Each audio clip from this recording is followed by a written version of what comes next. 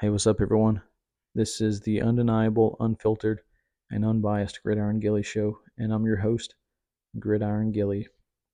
I just got through covering the Clemson versus Georgia game as well as the Miami versus Florida game. Now I'm about to jump into the third game, and it's going to be Notre Dame at Texas A&M. So, without further ado, let's get into it. The 2023 Notre Dame Fighting Irish. They went 10-3. Marcus Freeman. This is his third year with the Irish. Players to watch: quarterback Riley Leonard. He was a pretty decent quarterback at Duke before his ankle injury. If you remember, he beat Clemson last year. They put a whooping on Clemson pretty good, and he had a lot of hype around him before he hurt his ankle. And I don't know what Duke did after that, but their head coach did go to A&M, so he'll be playing his former head coach this weekend. That'll be exciting to see. Safety Xavier Watts had 52 total tackles last year, 7 interceptions and 1 forced fumble. And then cornerback Benjamin Morrison, he had 31 tackles and 3 interceptions. This is the first time that I've never did a quarterback, running back, receiver, players to watch. Because honestly, I don't watch Notre Dame. I don't keep up with them. And they might have one of the best running backs or receivers in the country. I don't know. I looked into it. They didn't look like they were that impressive. So I went a different route. And the safety in the corner, they had some pretty good numbers. So I just went with them. But we'll see about that. Notre Dame, they return 2 offensive and 5 defensive starters this year. Notre Dame looks to take their claim in the college football 2024 season. That may sound cliche, however, when you get down to the brass tacks, Notre Dame has a legitimate shot at being one of the 12. If their QB Leonard can get off to the right foot in South Bend, the Fighting Irish can make it happen. Please don't think I'm an Irish fan, because I am not. And I know they're always overhyped and always produce busts at the quarterback position. But if there ever was a time to believe, it's now. And it's only now because they have an opportunity to get in the playoff with it, the expansion. Notre Dame defense gave up less than 16 points per game last year while averaging 39.2 offensively. And when your defense plays that good, you should win just about every game, even though they play cupcakes most of the time. 2023 Texas A&M, they went 7-6 and they were 4-4 in the SEC. This is Mike Elko's first year with the program. Players to watch: Connor Wigman, quarterback. He had 979 yards last year, 8 touchdowns, 2 interceptions. He got hurt, and their season went downhill. I think he'll be a pretty good quarterback at A&M. They've been on like a quarterback carousel the last few years. They ain't had nobody good since Manziel. But I think this guy, he's not going to be Manziel. I'm not saying that. But I do think he'll be a pretty good quarterback at A&M. Wide receiver Noah Thomas. He had 29 receptions, 359 yards, and 5 touchdowns.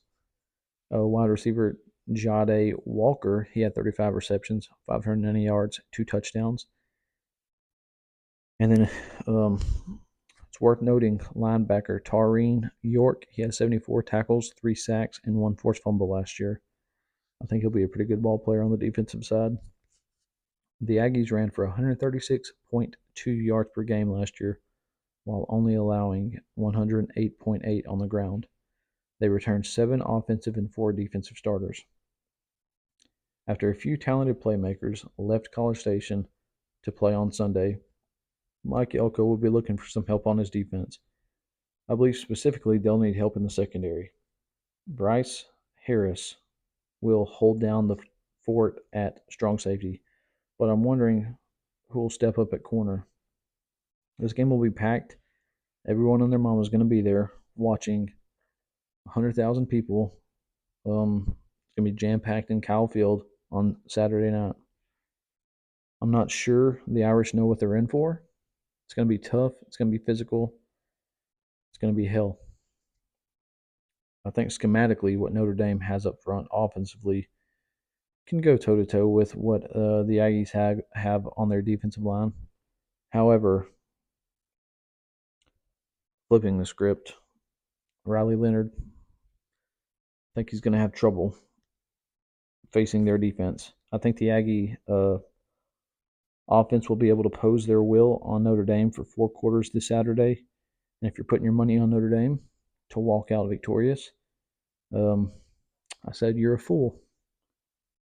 I think Notre Dame will be taken to the woodshed Saturday. I'm not talking about the score. I'm not saying they're going to get beat 60-0 or 50-0, 48-12, nothing like that. But I'm saying that, metaphorically speaking, this woodshed that I'm referring to is Notre Dame is going to get off their little bus, and as they walk into the stadium with their little suits on, whatever they have going on, I don't know what they do, but they're already going to be defeated before the first snap, before the kickoff, before the whistle, before anything. They're going to already be defeated. I promise you.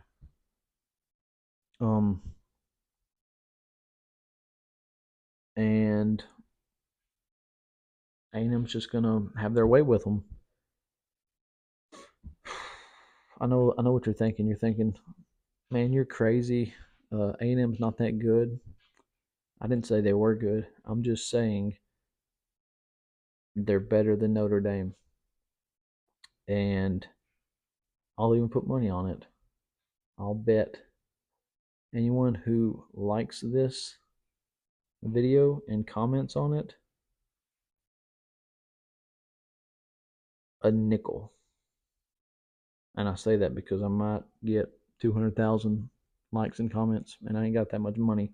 So I'm going to bet a nickel that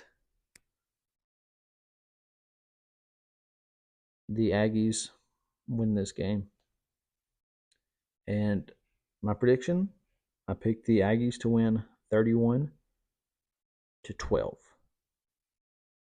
And then they'll probably lose some games the rest of the season, but this is the only one that matters right now. And that's all I got to say about that. Now I'm about to get off here, and then I'm going to cover one more game, and it's going to be USC and LSU. So listen to that one as well.